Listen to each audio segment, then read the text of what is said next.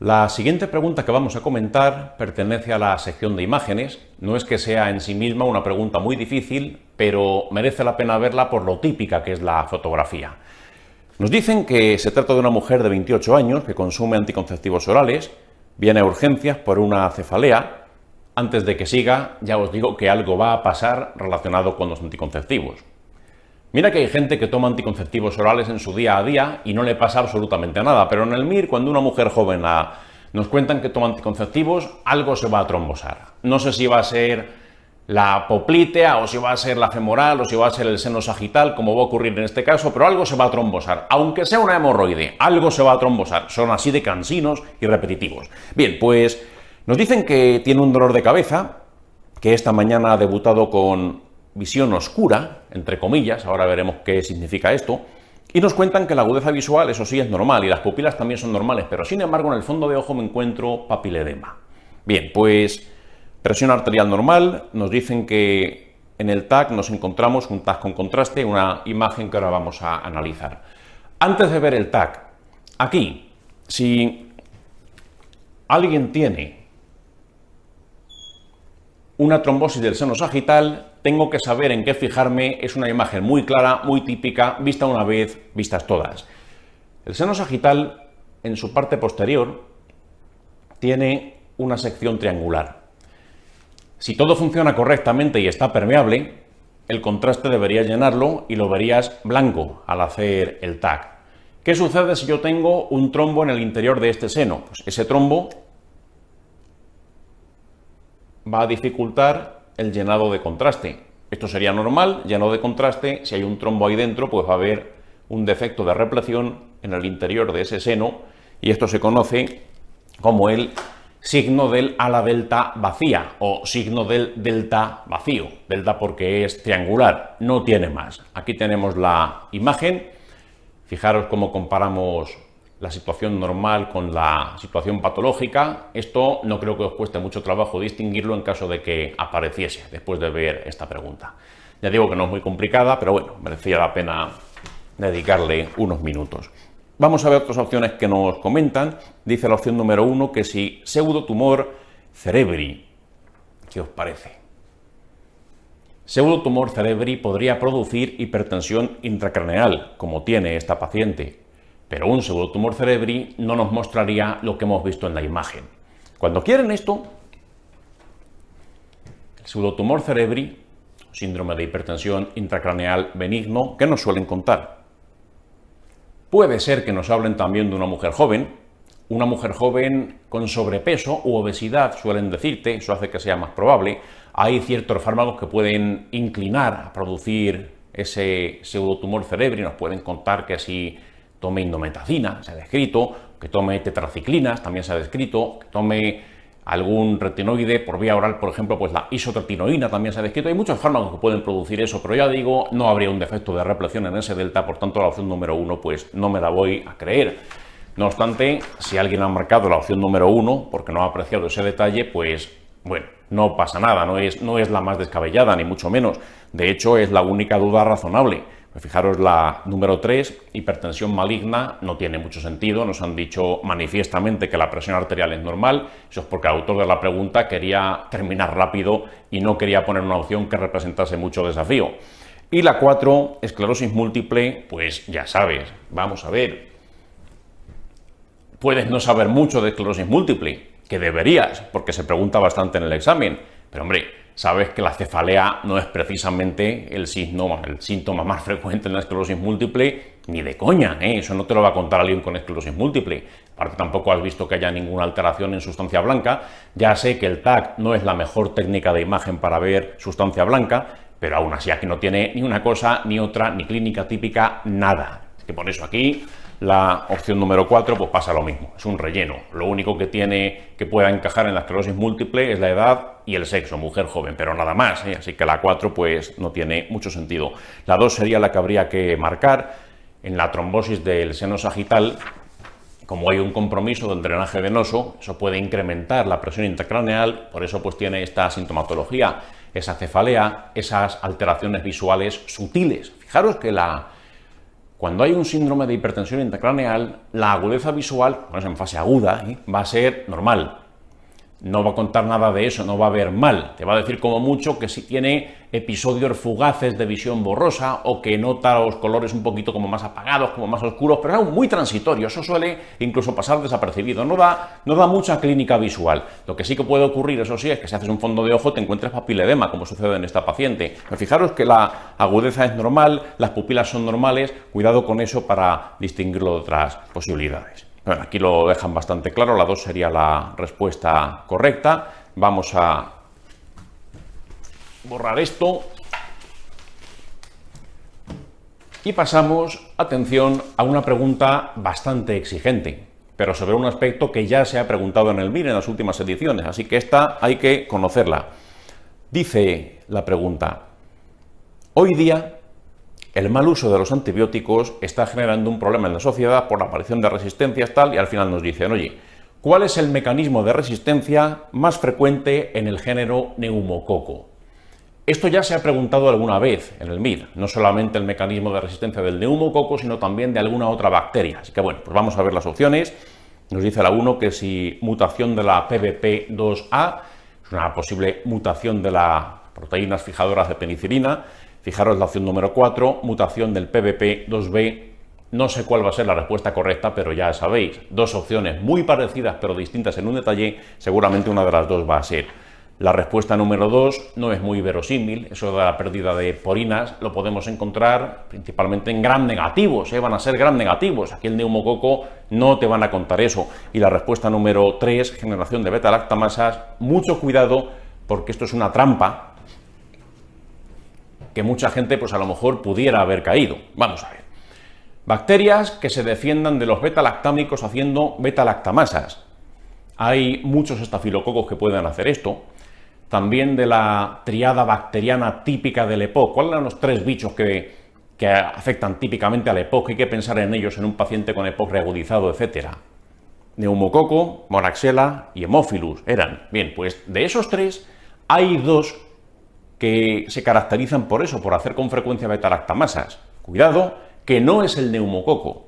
Moraxella hace muchas beta-lactamasas. Haemophilus hace muchas veces beta-lactamasas, pero cuidado, el neumococo no hace eso, ese no es un mecanismo de resistencia antibiótica. El neumococo lo que hace es modificar la proteína diana sobre la que haría efecto el beta-lactámico, mutar la PBP. La dificultad de esta pregunta consiste en que, claro, puede ser que no sepas, de hecho lo normal es que no sepas, si es la opción número 1, mutación del PBP2A, o la opción número 4, mutación del PBP2B. Esto ya es una finura. Quien haya fallado por eso no pasa absolutamente nada. Es la 4, hay que recordar eso, muta las PBP, este es el pequeño detalle fino que, hombre, no creo que llegasen a preguntarlo en el examen, pero de vez en cuando hay preguntas que se salen de lo habitual. ¿Qué otro bicho tengo que recordar, y que ha sido preguntado en el MIR recientemente, que muta las PBP para defenderse de los beta-lactámicos? Ese es el mecanismo típico, también, aparte del neumococo, es el mecanismo típico del Staph aureus resistente a meticilina. Se defiende de esa manera, mutando las PBP, no haciendo beta-lactámicos, no haciendo beta-lactamasas. Hay otros Staph que sí que hacen beta-lactamasas, pero cuidado, ese en concreto, Staph aureus resistente a meticilina, es mutando las PBP. Si fuera haciendo beta-lactamasas, ¿cuál sería el tratamiento? Y funcionaría. Meticilina más clavulánico o meticilina más un inhibidor de las beta-lactamasas. No es el caso. Lo que hay que poner cuando no funciona bien la meticilina, o en nuestro caso la cloxacilina, que es el que tenemos en España, lo que se hace es cambiar a vancomicina o a teicoplanina, si quieres. Así que por eso la 4 sería la del neumococo, la 1, PBP2A, sería la del Staph aureus meticilin resistente. Lo han puesto aquí como que te confundas. Da igual si es 2A o si es 2B, recordad PBP, son 2 ejemplos que ya han aparecido en el examen. Bueno, nada más con respecto a esta pregunta, era simplemente mencionarlo. Y atención, hay una en este examen que no es en sí muy complicada, pero que muchos lo habréis fallado porque es una pregunta que es la típica, que cuando la fallas es por precipitación, por ir rápido, por leer mal o por entender una cosa que no es la que te están pidiendo. Y esto es un tipo de fallos que duele mucho el día del examen. Fallar por no saber no duele nada. Hombre, según lo que no sepas, si es una pregunta sencilla, directa, que se ha preguntado muchas veces en el MIR durante los últimos 10 años y está en el desglose muy repetida, coño, pues no saberla tiene delito. Pero si te preguntan cuál es el tratamiento antibiótico de la Stenotrophmonas maltophilia o de algún otro bicho raro tal, pues que no lo sepas, pues no pasa nada. Si lo sabes, mejor, pero lo normal es que no, y no tiene importancia. Pero fíjate aquí, esta pregunta que vamos a ver, todos lo sabéis. Todos lo sabéis. Otra cosa es que lo leas bien o que corras mucho y por eso pues fallas la pregunta. Y eso ya digo que es muy doloroso. Dice, varón de 35 años que tiene o ha tenido un esguince de tobillo izquierdo grado 2 hace 3 días. Ha habido que inmovilizar y nos dicen que bueno, que viene a urgencias. Resulta que le duele la pierna izquierda, la pierna inmovilizada. Nos dicen que se nota como que está edematosa, como que está enrojecida, como que tiene un aumento de la temperatura, a la palpación también es dolorosa y nos dicen que cuál sería la actitud más eficiente en este paciente. Vamos a ver. ¿Qué tenemos aquí? Tendrías mucha duda de lo que puede tener este paciente. Antecedente personal típico, inmovilización reciente, clínica absolutamente sugestiva de trombosis venosa profunda, clínica típica, antecedente típico, pues esto es una situación, tiene una altísima probabilidad de que sea una TVP, eso es lo que parece. Y aquí te están preguntando que cuál es la actitud más eficiente. No te están diciendo que cómo se confirma el diagnóstico, porque si me preguntasen que cómo se confirma el diagnóstico, pues sí, efectivamente, pues pondrías ecodoppler y confirmarías el diagnóstico, pero eso no es lo que me están pidiendo. ¿Qué es eficiencia? Algo eficiente, se dice que algo es eficiente cuando consigue unos objetivos al menor coste posible, que optimiza mucho el coste para llegar a un fin. ¿Qué están buscando entonces? Dado que la clínica es suficientemente típica y que tiene un antecedente también típico, que trates sin confirmar el diagnóstico, que trates empíricamente, eso es lo más eficiente. ¿Que no es lo más académico? Puede ser. ¿Que no es lo que pone en el algoritmo del libro de no sé qué cuando expresan la TVP? Puede ser. ¿Que no has hecho una confirmación diagnóstica? También es verdad. Pero si me pides lo más eficiente, me estás preguntando por dinero. Me estás preguntando por ahorrar, por conseguir un resultado al menor coste posible.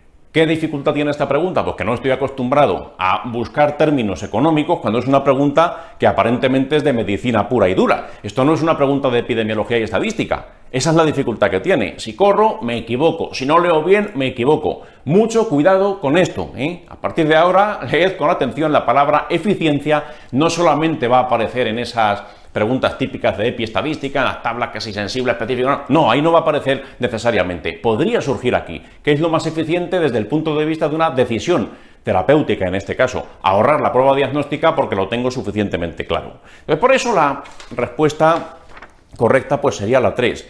Directamente empiezo tratamiento con heparina. Cuidado, por cierto, espero que nadie haya puesto la opción número 2, iniciar tratamiento con anticoagulantes orales. Una de las diferencias críticas entre los anticoagulantes orales y la heparina es que la heparina tiene una acción inmediata, sin embargo la warfarina o el acenocumarol, que es el Sintrom, anticoagulante oral clásico, tarda unos cuantos días en establecer una eficacia, en ejercer su efecto anticoagulante. Cuidado con eso, que nadie haya marcado la 2 porque desde luego marcar algo como la 4 puede ser porque leas rápido, porque bueno, no te has dado cuenta de lo que te estaban preguntando. Pero marcar la 2 quiere decir que todavía no dominas la anticoagulación, ¿eh? Eso habría que mirárselo, quien haya marcado la 2. 3 sería la solución correcta. Nada más sobre esta pregunta y pasamos, atención, a la siguiente. Esta es un cuadro típico. Habrá quien lo haya fallado. Esta es la típica pregunta que si la has fallado no me preocupa, porque vista una vez, vistas todas, porque siempre se pregunta igual. Dice así: tras recibir tratamiento quimioterápico de inducción, tras un diagnóstico de leucemia amiloide aguda, un varón de 35 años empieza con dolor en fosa ilíaca derecha y fiebre. Vamos a ver. ¿Qué te viene a la cabeza si te cuentan que alguien tiene un dolor en fosa ilíaca derecha y fiebre? Si no te dicen nada más. Dolor en fosa ilíaca derecha y fiebre te puede resultar sugerente de apendicitis. Luego dicen que la radiografía de abdomen es normal. ¿Eso descarta apendicitis? No. De hecho, es bastante frecuente que la radiografía de abdomen en una apendicitis sea normal, ¿eh? Eso lo han preguntado en el MIR en varias ocasiones. Lo que es menos común es que te encuentres la típica imagen del apendicolito calcificado. Eso está muy bien en los libros, hay veces que sale, pero en el día a día es más frecuente que te encuentres una placa sin alteraciones. ¿Cuál sería el bicho más probable como responsable del cuadro clínico? Cuidado, esto no es una apendicitis aguda. Esto es un paciente que te han dicho que le han puesto quimioterapia de inducción, es decir, el zapatazo de quimioterapia, pauta muy agresiva para reventar la médula ósea y reventar también entonces las células tumorales. ¿Qué ha pasado aquí? Pues que al cargarte la médula ósea la has dejado neutropénico, esa es la clave. Un neutropénico o un potencial neutropénico que te cuentan es un dolor en fosa ilíaca derecha, más fiebre, automáticamente tienes que pensar en tiflitis. Tiflitis, ese es el diagnóstico que tiene el paciente. Tiflitis. Tiflos, en griego, quiere decir ciego. Como suena como muy de andar por casa eso de cieguitis, hemos adoptado la forma griega y decimos tiflitis, pero ya está. Tiflitis en castellano sería cieguitis, lo que tiene es una inflamación del ciego. ¿Qué es lo que pasa? Si lo que se me inflama es el ciego, pues clínicamente se va a parecer bastante a una apendicitis aguda porque estamos hablando también de fosa ilíaca derecha.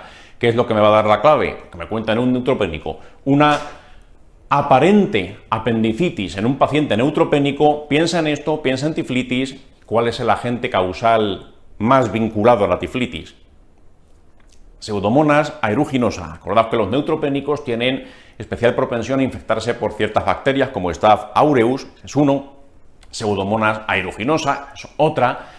Luego hay algún hongo que también tiene especial tropismo por irse al neutropénico. ¿Cuál es el hongo del neutropénico? No es cándida, cándida es del inmunosuprimido celular. Neutropénico tiene afinidad por Aspergillus, el Aspergillus es el que tiende a irse al neutropénico. Bueno, pues aquí, Pseudomonas aeruginosa, acordaos, es el agente causal bacteriano más común en caso de tiflitis, y bueno, pues por eso aquí la respuesta correcta sería la 2, ¿Trampa de esta pregunta? Pues a lo mejor alguno habrá pensado, pues será una apendicitis aguda, y en el caso de que haya algún bicho implicado, pues será alguna bacteria que esté por ahí por el colon, pues voy a poner Escherichia coli. No, es un neutropénico febril, cuidado con eso. Así que, nada, tiflitis, característico, fosa ilíaca derecha, parecido a la apendicitis, pero no es lo mismo. Así que por eso sería la respuesta 2. Vamos a ver ahora una pregunta larga, que no voy a leer entera porque me da bastante pereza. No sé si alguno de vosotros lo habéis hecho, pero sí tendríais que haberlo hecho para tenerla bien. Fijaros, nos habla de una mujer de 43 años que si tiene antecedentes de ovario poliquístico y te cuentan que se ha hecho un viaje a Sudamérica y además ha tenido un cuadro de cefalea y dolor retrocular bilateral y no sé qué, y ha tenido también una lesión cutánea a raíz de una picadura que parece sugestiva de eritema crónico migratorio, y luego hay un líquido cefalorraquídeo inflamatorio y lesiones en sustancia blanca, en fin, pues toda una historia que es tremendamente larga. Al final te dicen: ¿qué antibiótico emplearías para tratar la enfermedad de Lyme? Cuidado. Siempre os decimos que cuando una pregunta sea tremendamente larga, te leas primero la parte del final, porque a lo mejor te ahorra una segunda o una tercera lectura. Pero lo que no debería ahorrarte es la lectura del caso entero. Léetelo por lo menos una vez, porque a lo mejor resulta que lo que te ponen al final pues te puede simplificar la pregunta, ¿de acuerdo? ¿Cuál es el tratamiento de la enfermedad de Lyme? Si yo te hago esa pregunta, sin decirte nada de la paciente, ¿cuál sería? El tratamiento de la enfermedad de Lyme es doxiciclina. Ese es el tratamiento habitual de la enfermedad de Lyme. Pero sin embargo aquí la respuesta no es esa. ¿Cómo es posible?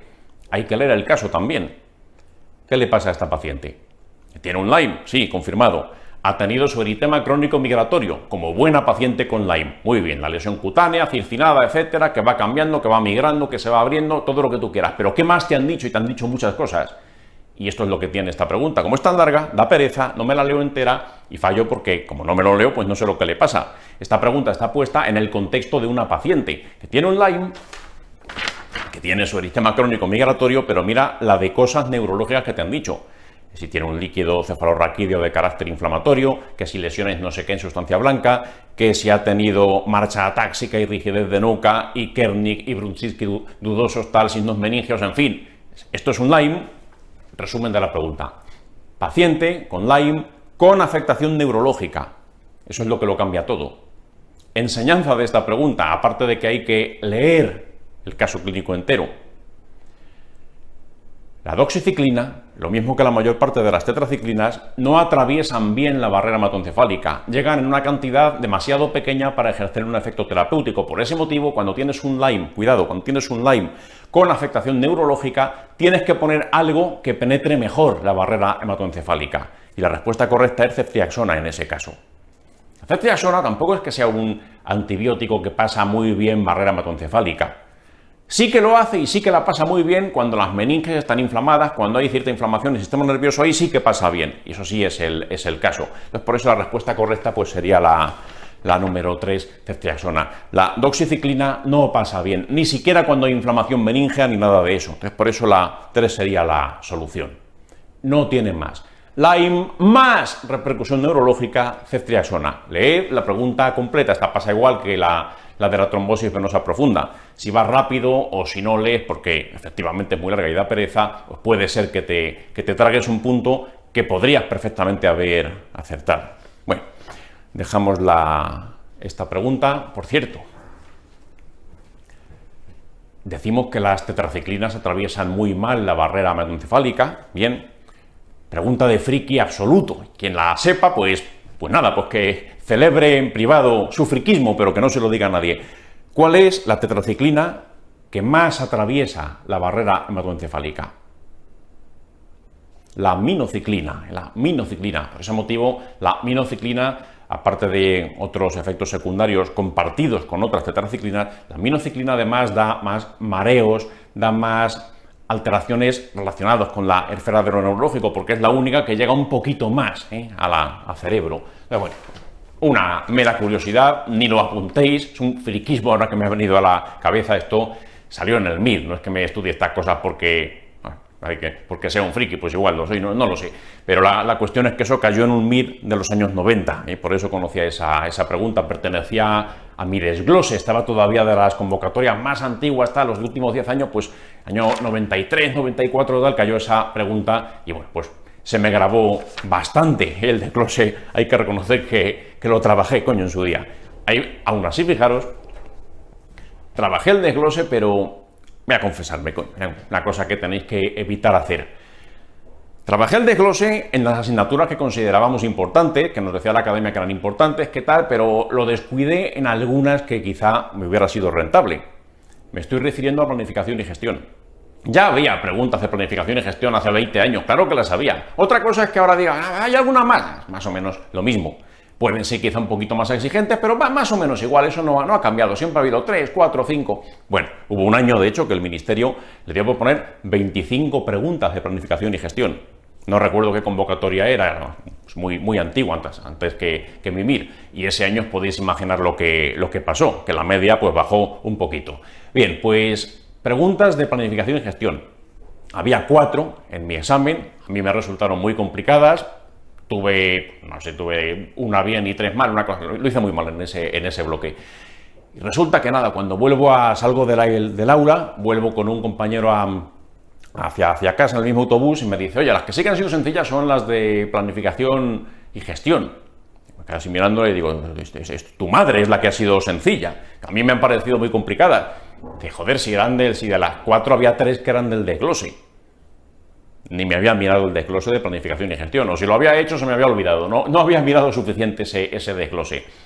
Miraos bien el desglose porque os puede salvar la vida en una chorrada. No creo que caiga lo de la minociclina, pero en planificación y gestión, por ejemplo, que es una asignatura ingrata de estudiar, que a casi nadie le gusta, sí que hay mucha tendencia a la repetición. Análisis coste-beneficio, análisis coste-efectividad, minimización de costes, es el pan nuestro de cada día en esa asignatura. Fallé 2 o 3 preguntas repetidas, tal cual, por idiota.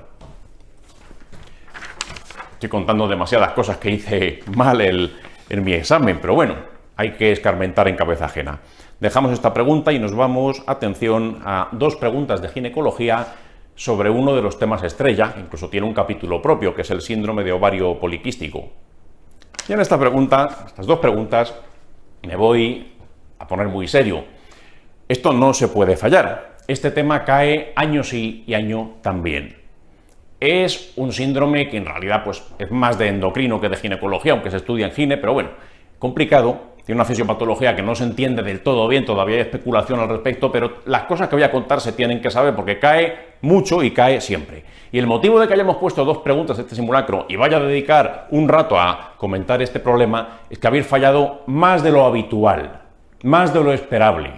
Así que por eso, atención, quien tenga mal alguna de las 2 preguntas que voy a comentar, que aproveche lo que vamos a decir ahora.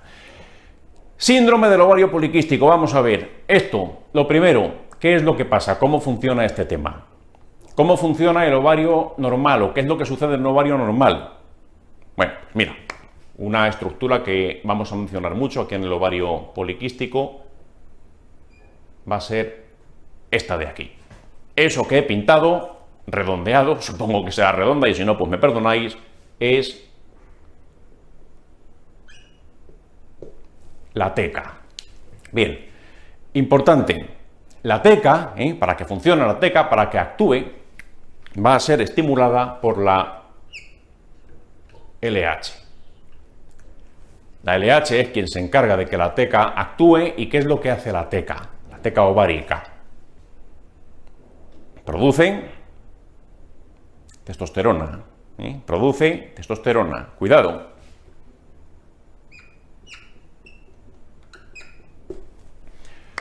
Produce testosterona. El andrógeno ovárico por excelencia es la testosterona. Esto fue una pregunta de Mir directa en cierta convocatoria. ¿Cuál de estos tal es el que produce el ovario? Pues son unos cuantos andrógenos suprarrenales y pusieron testosterona. Este es el que se hace en el ovario. Lo que ocurre es que, claro, la testosterona después sufre un cambio químico y se convierte en estradiol. Pero cuidado, originariamente este estradiol es testosterona. ¿Y qué tiene que ocurrir para que esta testosterona se transforme en estradiol? Ahí participa una enzima, que es la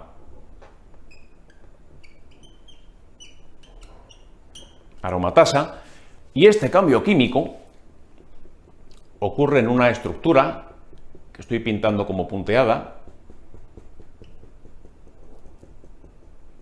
que es la granulosa. Bien, pues ahí está. Esto es lo que tienes que conocer de antemano para comprender después el ovario poliquístico, aunque tampoco he puesto muchas flechas en esta ocasión, es una cosa más o menos sencilla. Sí que hay algo que voy a añadir, después ya empezamos a modificarlo y empezamos a hacer patología. Para que esto funcione, para que la aromatasa tenga una buena actividad, hace falta una cosa, y es insulina. Importante. La insulina estimula la actividad de la aromatasa. Si no hay insulina o si hay resistencia a la insulina, esta aromatasa no va a funcionar correctamente y entonces tendremos una serie de cambios que ahora vamos a ver. Bueno, todo normal. ¿Qué sucede en el síndrome de ovario poliquístico? Pues cosas que hay que recordar y hay que tener muy claras, aparte de que es muy frecuente, esto según a qué libro te vayas, te cuentan que si un 5, un 7, un 10% de la población, mucho, es muy común. Bien, pues ¿qué ocurre? No está del todo bien comprendido, pero se piensa que ahí arriba, en hipotálamo, parece ser que hay una liberación como hiperpulsátil, como pulsos muy rápidos de GnRH.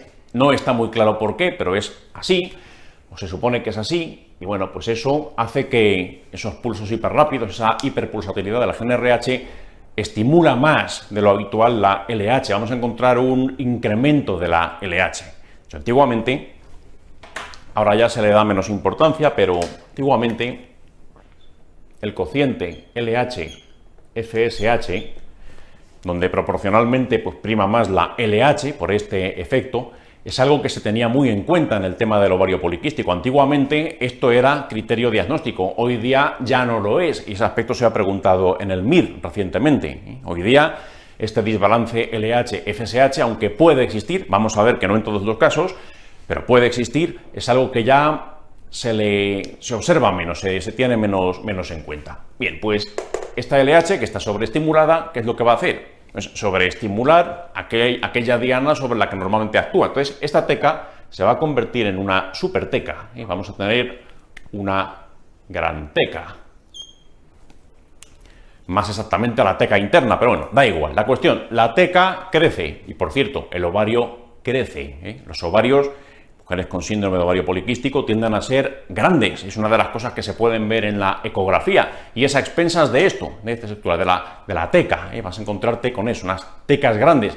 Si hiciera una biopsia, cosa que no voy a hacer para diagnosticar ovario poliquístico, naturalmente, pero si lo hiciese, el cambio que encontraría en la anatomía patológica es eso, es una hipertecosis, eso es típico. Bien, pues esta teca va a dar lo mejor de sí misma, va a trabajar más de lo que suele y entonces pues va a hacer lo que sabe hacer, pues más testosterona. Es una de las cosas que van a ocurrir.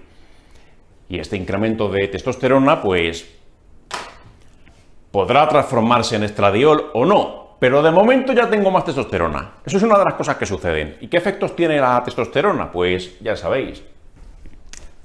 Esto puede explicar cosas como que yo tenga acné o que tenga hiperseborrea, ya en la piel o ya en cuero cabelludo. Puede ocurrir también que como consecuencia de ello tenga hirsutismo en grado variable. También el tema de la testosterona hace que si yo tengo sobrepeso u obesidad se reparta esa grasa de una manera especial. Si yo tengo sobrepeso u obesidad va a ser con una distribución androide.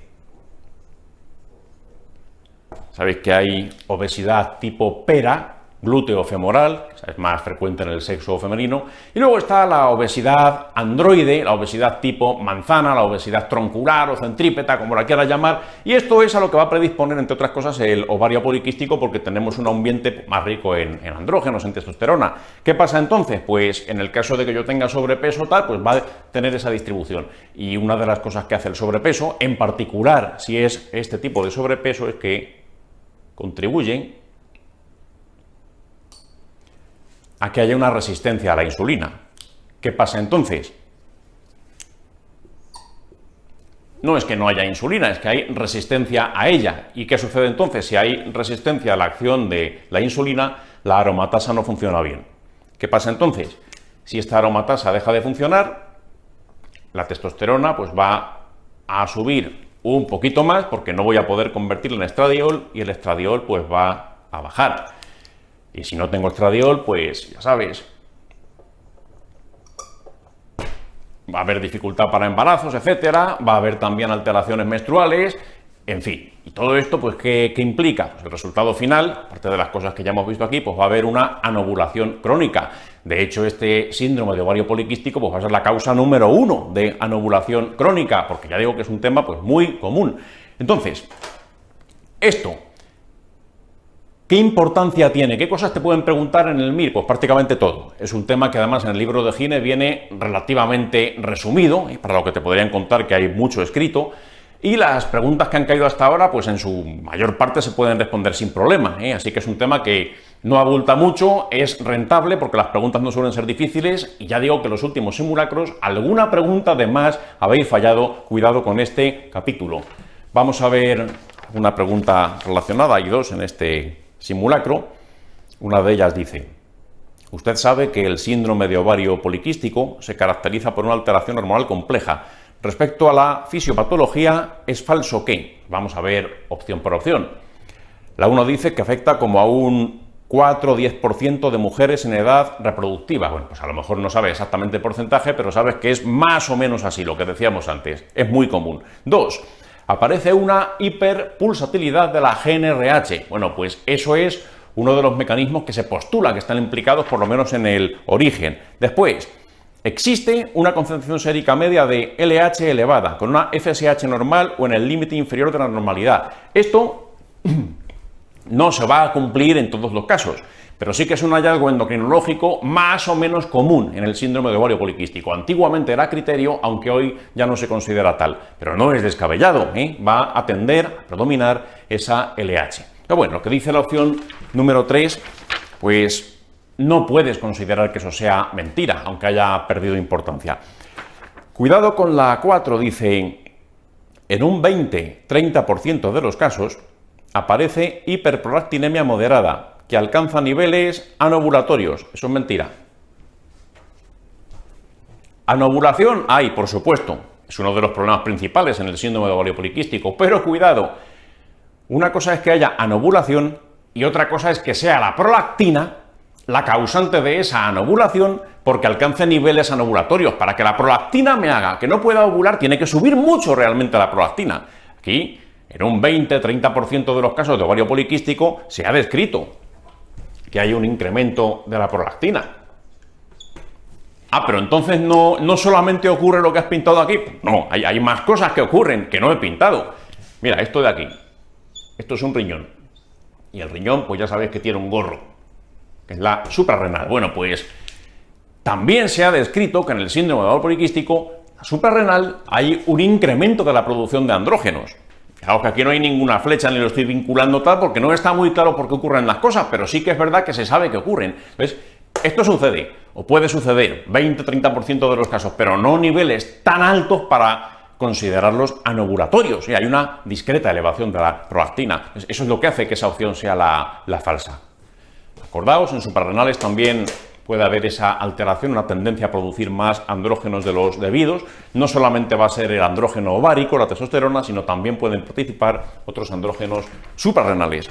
Así que bueno, pues la 4 sería entonces, consecuencia de estas cosas, este ovario no ovula. Si este ovario no ovula, me protege frente a la aparición de ¿qué cáncer? Hay un cáncer cuya incidencia pues, va a ser menor en mujeres con síndrome de ovario poliquístico. El de ovario, va a haber menos cáncer de ovario. Acordaos que el cáncer de ovario, cuando se produce, pues suele ser sobre una de las pequeñas cicatrices ováricas que se producen con la ovulación, el paso del tiempo. Bueno, pues si he acumulado durante la vida menos cicatrices ováricas porque no he ovulado, este problema baja ese riesgo de síndrome de cáncer de ovario en el contexto de síndrome de ovario poliquístico. A cambio, aumenta el riesgo de un cáncer. El de ovario, el riesgo va a ser menor, pero hay un cáncer que va a incrementar su riesgo, que es el de endometrio, porque no va a descamar, no va a ovular, el ciclo está alterado, entonces por ese motivo hay más cáncer de endometrio en estas pacientes, precisamente pues porque el ciclo es ineficaz, no ovulan, en fin, todo ese problema, las reglas van a ser más espaciadas, etcétera. Bien, vamos a la otra pregunta que aparece también en este simulacro sobre este tema, que dice así: acude a consulta una paciente de 29 años con alteraciones del ciclo frecuentes, que son oligomenorrea, vemos que sucede, hay hirsutismo, nos cuentan además que tiene un índice de masa corporal de 31, 30 en adelante es obesidad, de 25 a 30 ya sabéis que es sobrepeso, y nos cuentan que además tiene lesiones verrugosas, aterciopeladas y pigmentadas en la nuca, en axila y en pliegue submamario. ¿Esto qué es? Esto no te lo van a contar, ni mucho menos en todo caso de ovario poliquístico, en absoluto. Esto ocurre con poca frecuencia. ¿Cómo se llama? Estas lesiones se conocen como acantosis nigricans. Fijaros una fotografía por si acaso apareciese. Tal como dice la descripción, pues aparecen en zonas de pliegues, son como aterciopeladas, la piel aparece como engrosada, y esto, cuando ocurre, casi puedes jurar que va a haber resistencia a la insulina.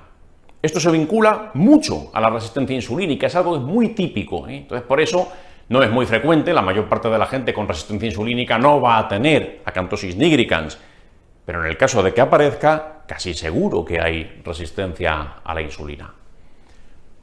¿En qué otro contexto puede aparecer acantosis nigricans sin que yo tenga resistencia a la insulina?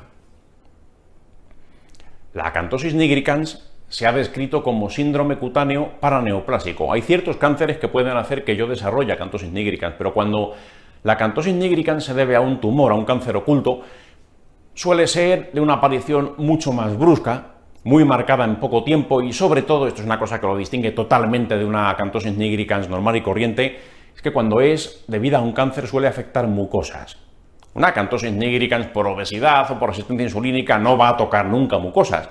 Pero cuando es por un tumor, sí que se ha descrito afectación mucosa, eso es un rasgo diferencial. Pero bueno, eso es una rareza, la mayor parte de las acantosis nigricans van a ser gente con sobrepeso, obesidad, resistencia a la insulina, y en este caso, pues, parece bastante claro que la tiene.